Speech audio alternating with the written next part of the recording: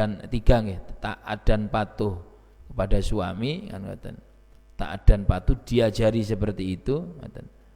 Nomor dua, yang pertama taat dan patuh kepada Allah yang tidak bisa ditawar. Nggih menika apabila dia tidak sholat ini harus marah semarah-marahnya. Seorang suami harus benar-benar nuntut untuk mendidik istrinya agar tidak pernah meninggalkan sholat.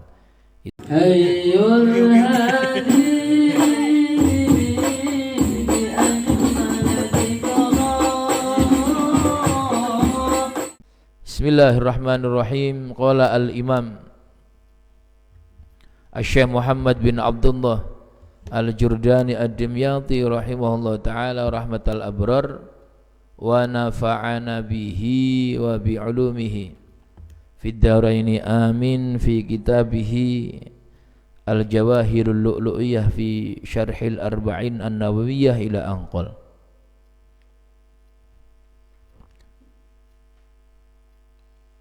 Man aktsara dzikral mauti akrama bisalasati asya ta'jilut taubati wa qana'atil qalbi wan nasyat fil ibadah.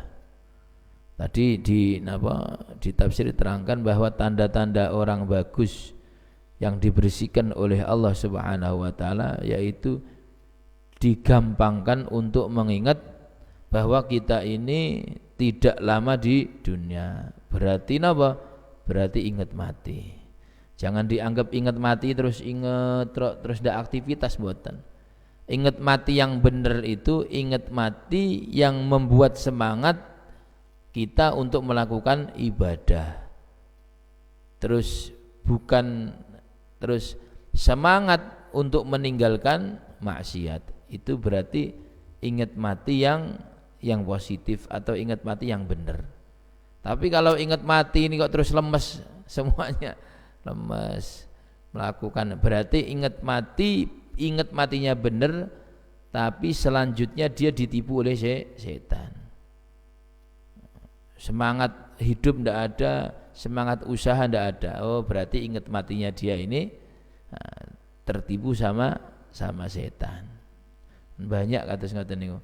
Ada orang yang belajar tauhid, benar belajar tauhid, belajar hakikat, belajar sejatinya hidup, karena semuanya diatur oleh Allah. Tapi kok terus hasilnya, ekspresinya kok beda ngoten. Misalkan masalah rezeki dia rasa-rasan, males. Kenapa usah? Ya karena terdogma atau terdoktrin dengan bahwa rezeki itu sudah ada yang atur. Walaupun kita jerih payah ya, sampai hitam, punggung ini sampai hitam karena panas, ya, tetap kalau memang tidak dapat atau tidak jatah rezeki ya tidak ada kan. Itu berarti dia melakukan atau belajar ilmu tauhid atau hakikat tapi dia tertipu di dalam untuk mengimbangkan dengan ilmu syariat, dan itu banyak ya, banyak. Berarti ingatnya dia, belajarnya ilmunya dia dengan tentang ilmu tauhid, ilmu hakikat berarti tidak imbang ya. Yang pasti tidak imbang dengan ilmu syariat. Ngajinya berarti kurang lama ngoten. Kadang-kadang sebagian kados ngoten, karena ada sebagian orang itu sadar dikarenakan sadar menyentuh tentang hakikat. Dia sadar hijrah istrinya sekarang itu dikarenakan apa? Dikarenakan disentuh dari hakikatnya hidup, hakikatnya tauhid gitu. Tapi kalau terus-terusan tidak diimbangi dengan syariat, ruwet akhirnya, malah ganggu terhadap tatanan hidup yang ada, dan itu sebuah kebodohan nantinya. Waman nasiyahu, waman utai sapane wong nasiyahu kang lali sapa wong hu ing maut uqiba mongko den siksa utawa nggih den siksa mawon sapa wong bisalah sati asya'a kelawan telu pira-pira perkara. Barang siapa yang ditakdirkan oleh Allah atau dia lupa terhadap bekal untuk mati, akhiratnya lupa, terus dia hidup seperti seakan-akan hidup selamanya di dunia, maka dia disiksa atau dihinakan dengan 3 perkara juga. Yang pertama adalah taswifut taubah. Taswifut taubah yaitu nggih menika ngununda-nunda ngakhiraken taubat. Ai takhiruha tegese ngakhiraken taubat. Wa tarkur ridha lan ninggalaken ridha, puas bil kafafi kelawan rezeki sak cukupe. Wa huwa utai kafaf iku ma rizki barang yakunu kang ana apa ma biqadril hajati kelawan kadar sak butuhe. Kama taqaddam koyok keterangan kang wis lewat. Yang kedua, diuji atau disiksa dengan meninggalkan tidak ridho. Ya bagaimana kalau kemarin itu 3 kunci, nggih menika mempercepat taubat. Yang kedua, menerima hatinya dengan apa yang sudah dibagikan oleh Allah dan giat terhadap ibadah, itu semua kunci kesuksesan di dalam hidup niki. Ya berarti sebaliknya, satu mau ya kita ini misalkan taswifut taubat, tidak mau taubat, tidak mau minta maaf kepada Allah, tidak mau minta maaf kepada manusia. Bagaimana sengsaranya hidupnya seseorang seperti ini. Dia tiap hari salah kepada manusia, salah kepada Allah. Tapi kok tidak mau taubat, tidak mau mengakui kesalahannya kan, ini kan repot nanti, hidupnya repot, bisa jadi hidup yang penuh dengan kedengkian, yang hidup yang penuh dengan takabur, dengan sombong, dengan tazkiyatun nafas, yaitu mensucikan diri dan lain-lain sebagainya. Begitu juga bagaimana sengsaranya ketika manusia ini tidak pernah menerima apa yang dia dapat. Dia tidak pernah ridho dan puas terhadap apa yang di hadapan kita. Bagaimana sengsaranya hidup seorang atas ngeten. Dan itu siapa saja ya, baik itu orang kaya ataupun orang miskin. Karena miskin cukup atau tidak cukup itu tergantung kita ya. Hidup ini karena sederhana. Hidup ini sederhana. Yang bikin tidak cukup ini kan gengsi kita atau tidak nerimanya kita terhadap pembagian yang sudah ada. Akhirnya repot, akhirnya muncul yang kemarin ini, yaitu muncul kemauannya tidak diukur dengan kemampuannya. Akhirnya tidak teratur, nabrak kemana-mana ya. Nabrak bank, nabrak rentenir, nabrak ya alhamdulillah min dzalik. Lebih-lebih kalau dalam keluarga, lebih-lebih perempuan ngaten. Niki risiko besar. Kalau perempuannya seorang istri tidak dididik sama suaminya, sama kita sebagai suami, untuk tidak diajari menerima apa yang ada, menerima yang apa yang di hadapannya, menerima apa yang dia pegang sekarang ini dari rezeki, itu risiko berat ya, risiko berat. Dan itu banyak kasusnya ya. Banyak kasusnya. Ada kemarin ini napa? Ada berapa hari yang lalu ngoten. Ada orang istrinya itu jebol, tahu jebol napa? Jebol punya hutang 40 juta. 40 juta. Kita yang dengar niki ya Allah bagaimana 40 juta ngoten. Dan dia tiap hari ya enggak, suaminya enggak, totalnya itu 400.000. Yang ini datang berapa, niki nanti jam 9 datang lagi. Pokoknya itu dalam sehari itu dia harus mengeluarkan bayar cicilan, itu 400.000. Dan hutangnya setelah ditotal 40 juta. Ini kaget nggih, kaget. Ya karena apa? Ya maka ada beberapa faktor. Ada yang awalnya nerima ngoten. Tapi karena sering kumpul ngoten. Sering kumpul juga pengaruh ya, sering kumpul akhirnya ngoten. Banyak kasus kayak seperti ini terus akhirnya berakhir di perceraian. Suaminya rajin ya, rajin apa nih? Rajin kerja, rajin usaha ya, rajin usaha, ikhtiar rajin. Masya Allah, beliau ngomong kalau Ustaz, kalau seumpama suaminya ini, saudara saya ini, kalau seumpama dibuat makan tiap hari dan untuk celengan itu kerjanya sudah lebih. Tapi karena apa? Karena bolongnya di istrinya. Anak istri itu dua ya, istri itu dua yang harus terpenting, yang harus kita ajarkan itu, yaitu taat dan tiga ya, taat dan patuh kepada suami kan, taat dan patuh diajari seperti itu. Nomor dua, yang pertama taat dan patuh kepada Allah yang tidak bisa ditawar. Nggih menika apabila dia tidak sholat ini harus marah semarah-marahnya. Seorang suami harus benar-benar nuntut untuk mendidik istrinya agar tidak pernah meninggalkan sholat. Itu tidak bisa ditawar. Melakukan puasa Ramadan itu tidak bisa ditawar. Terus penghormatan terhadap simbol-simbol Islam, yaitu ma yata'allaqu billah, yaitu apa, simbol-simbol atau nama-nama atau hal-hal yang berhubungan dengan Allah yang harus diagungkan. Itu harus tidak bisa ditawar. Contoh misalkan naruh Al-Quran misalnya di bawah, itu harus dikasih tahu.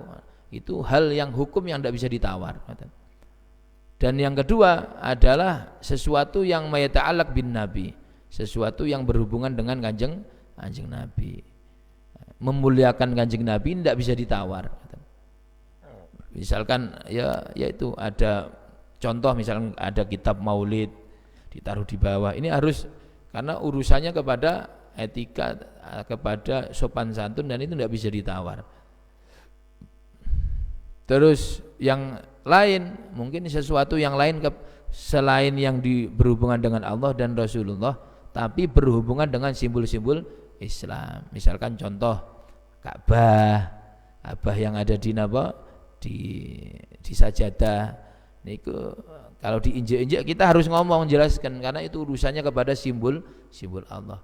Dan itu kalau memang niat nginjek, ikhtikor, bisa kafir dan bisa murtad. Itu sesuatu hal yang berhubungan yang ada pada rumah tangga, yang wajib seorang suami mendidiknya, mengarahkannya. Niku tidak bisa ditawar, harus marah ngoten. Harus bisanya kan ngoten. Artinya kalau sok membantah ini harus diluruskan, harus diterangkan, dan itu harus continue, diingatkan lagi. Itu yang berhubungan dengan atau terus yang selanjutnya yang yang berhubungan dengan anak ya. Itu juga istrinya harus diajarkan masalah sopan santun kepada orang tua, sopan santun kepada orang lain. Itu seorang suami harus ngajari istri terhadap anaknya. Ini anaknya ajarkan, karena anak ini itu biasanya nurutnya dan kebanyakan memang kepada umi, kepada ibu ya, kepada mamanya biasanya. Nah, tugasnya suami ngajari istrinya seperti itu. Yang kedua adalah yang berhubungan dengan yang berhubungan dengan kewajiban kepada suami. Kepada suami ini katanya Imam Ghazali dan Imam Haddad itu ya diajari, tapi banyak-banyak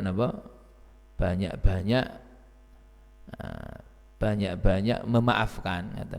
Dia diajari, misalnya orang sopan santun diajari. Artinya yang berhubungan dengan kewajiban kita, misalkan telat bikin kopi, telat masaknya, ini dia diomongi, tapi jangan sampai terus mendarah daging marahnya, ndak. Ya setengah dimaafkan lah ngoten. Misalkan kewajiban perhatian itu banyak dimaafkan. Terus yang selanjutnya adalah yang nomor 3 ngoten. Ini kewajiban yang harus perlu diketahui oleh seorang suami untuk disampaikan kepada istri, yaitu menjaga hartanya suaminya, menjaga rumahnya, hartanya suaminya. Ya salah satunya adalah biar enggak bolongan ini gimana kan ngoten. Menjaga suaminya, terus bagaimana sekiranya terus enggak tahu-tahu moro-moro punya bon sekian juta, puluh juta, ini terjadi kan ngoten. Nah, ini bagaimana mau menjaga hartanya suaminya kalau dia ditinggal kerja misalkan 1 minggu keluar dia sudah numpuk utang sebegitu banyaknya. Dan ini tugasnya siapa? Ya jangan langsung jangan langsung disalahkan istri. Faktor terbesar ini informasi nyata yang kita sering dicurhati sama orang nih. Faktor terbesar adalah karena pisahnya seorang istri dengan suami. Misalnya suaminya itu 1 bulan baru datang, itu resikonya di situ ya. Resikonya itu naudzubillah min dzalik, bolong hartanya, nomor 2 bolong kesetiaannya. Nomor 2 bolong kesetiaannya untuk menjaga keromantisan kepada seorang suami. Makanya kan naudzubillah min dzalik, ada orang selingkuh, ada orang senang akrab kepada laki-laki lain, itu karena faktornya pisah ini pisah dengan seorang suami tinggal kerja jauh misalkan. Niki risikonya di situ. Apalagi lingkungan yang tidak mendukung kan ngoten. Karena ya perlu belayan, perlu apa ngoten. Yang kedua risikonya yang ada itu niku bolong kirimannya, bolong keuangannya, bolong penjagaan masalah hartanya. Karena seorang suami itu enggak boleh menyerahkan 100% perkara di rumah kepada istri, ini enggak boleh. Akan hancur sedaya semuanya. Ya bagaimana dipasrahkan tapi tetap dipantau laporan. Ibarat orang itu, dan ini dilakukan ya, kesuksesan ini dilakukan oleh semua pabrik atau semua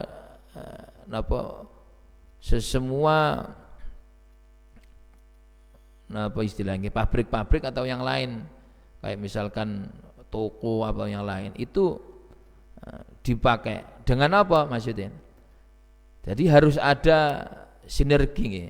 Misalkan karyawan itu yang memantau sinten? Yang memantau di atasnya. Yang di atasnya yang memantau di atasnya. Yang di atasnya yang memantau direktur pusat misalkan. Itu yang memantau. Itu harus ada seperti itu. Seorang pabrik yang ada di rumah itu juga harus seperti ini. Tidak boleh putus. Misalkan anak itu anak ini ibarat karyawan ini kepingin tetap semangat, tetap baik, tidak melenceng, itu harus ada perhatian penuh dari atasannya karyawan. Ya ibu, misalkan anak ibu. Nah, ibu ini juga tidak boleh terus maksimal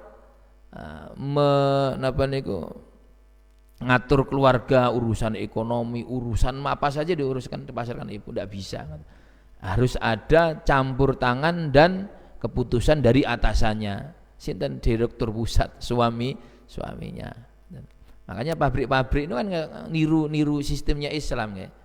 Ya mulai dari karyawan, kenapa ada CCTV itu teman-teman? Sampai ada salah satu pekerja niki ada di Songgon, bosnya ada di Bali, ada yang mantau gini, tapi ada yang CCTV itu langsung di HP. Oh berarti memang butuh niku kan. Nah apa nih ya yang sekelas pabrik kecil, pabrik besar, atau ya toko-toko itu semua pakai niku. Apalagi yang sangat penting, yang kebutuhannya, kesuksesannya dibutuhkan serba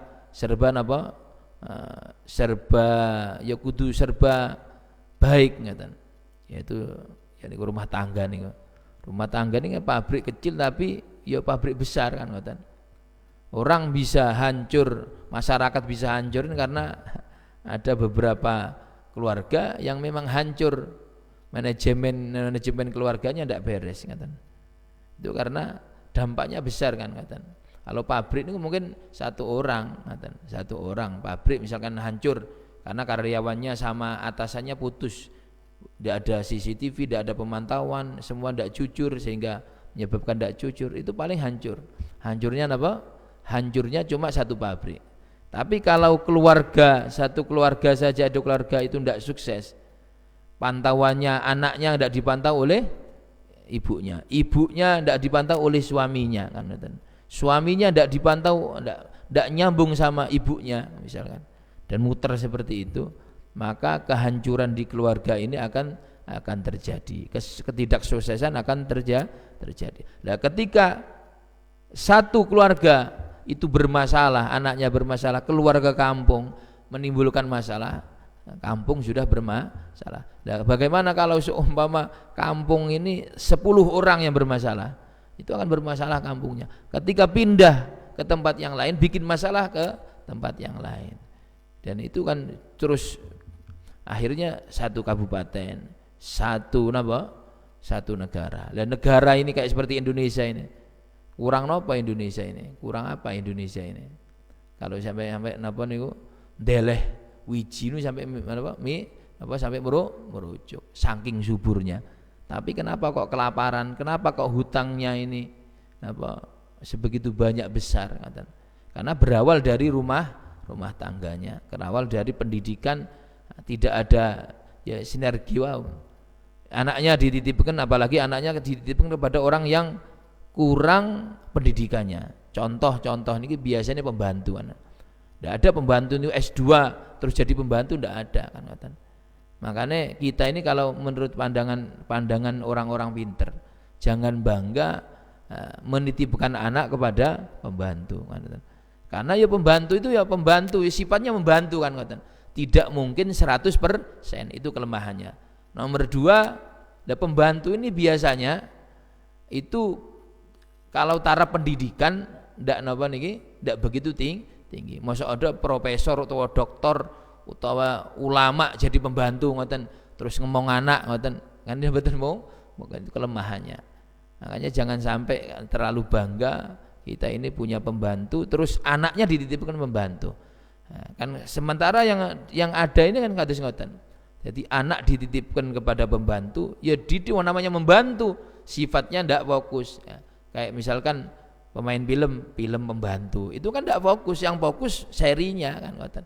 Kayak kita misalkan rumah tangga ngurus itu, yang bantu siapa? Pembantu apa? Yang punya rumah, ya yang punya rumah yang 100% fokus kepada memikirkan rumah tangga. Begitu juga anak kan. Anaknya sudah putus di bawah pembantu, ibunya kerja, terus suaminya kerja. Dan ini menyebabkan rantai perhatian pendidikan terhadap anak ini hancur kan, sehingga tidak sukses. Satu rumah, 2 rumah tidak sukses bisa menyebabkan ya ini yang ada kan. Seandainya rumah ini seperti pabrik, manajemennya seperti pabrik yang sukses ini, pabrik-pabrik besar, lembaga-lembaga besar, karena ya mesti suksesnya dari perhatian, sambung menyambar rantai, anak buahnya diperhatikan ini terus. Atasannya memantau kan, terus akhirnya semangat. Nah, ini kan putus, kita ini rumah tangganya putus piambak sendiri-sendiri. Nah, istrinya fokus bagaimana menghasilkan uang, terus suaminya tidak ngurus istrinya bagaimana tercukupi materi yang ada. Pokok saya bayar kepada istri harian 100.000, 500.000 selesai, habis itu mikir yang lain. Nah, ini putusnya gitu. Nah, ketika suami itu sudah biasa biasakan kepada istri seperti itu, akhirnya istri kepada anak seperti ini kan. Akhirnya terjadilah apa yang terjadi. Urutannya kata sebenarnya Islam sudah benar-benar memberikan manajemen yang handal, yang bagus, cuma diaplikasikan pada pabrik, perusahaan, bank dan lain sebagainya. Boten diaplikasikan, dipraktekkan di keluarga muslim, maka hancurlah hancurlah sebuah keluarga, sehingga membuat hancur kampung, sehingga membuat hancur desa, membuat hancur kecamatan, kabupaten, provinsi dan negara. Akhir kumpul jadilah apa yang terjadi, sehingga dititipi uang 500 juta entah kemana kan, itu kan yang terjadi seperti niku. Karena orang pendidikannya makanya bagaimana kita bisa menghasilkan uang, bagaimana anak ini ketika lahir nanti bisa menghasilkan uang kan, bisa menghasilkan uang. Nah, ya memang yang dicari uang. Nah, ketika ada uang, wah ini bagus ini kan. Jadi tidak heran lah cara seumpama korupsi itu tidak heran, karena mulai berangkatnya, mulai kecilnya itu diajari untuk cari uang. Lha sinten sing wong kadang-kadang yang iman ada, kadang-kadang yang alim naudzubillah, yang napa niku sudah ngaji ada ketemu uang niku ya ijo, apalagi yang mulai kecil sudah diajarkan bagaimana cari uang, bukan cari akhlak. Wa takasul fil ibadati wa takasuli lan males-malesan fil ibadati ing dalam ibadah. Risikonya niku. Jadi ketika sudah yang awal itu menyebabkan sombong, takabur, yang kedua bikin jebol semuanya gitu. Bikin jebol, keluar dari kemampuannya untuk tidak bisa mengimbangi kemauannya. Habis itu apa-apa sudah males kan, disuruh ibadah males, kalau ada uang itu semangat kan. Ini tanda-tanda kita salah satunya tidak melakukan yang kedua, tidak melakukan yang nomor satu, dan semuanya intinya karena kita lupa bahwa kita akan kembali kepada Allah, akan meninggalkan dunia yang fana niki ngaten. Wa qala ba'duhum wallahu a'lam bissawab. Ya rabbana i'tarafna bi annana qtarafna wa annana asrafna ala ladha ashrafna fatub alaina taubah taghsilu kulla haubah wastur lanal aurati wa aminir rawati waghfir Rabbi wa mauludina wal ali wal ikhwani wasairil khillani wa kulli dhi mahabbah au jiratin au suhbah wal muslimina ajma' amin rabbi yasma' fadla wa juda manna la biqtisabi minna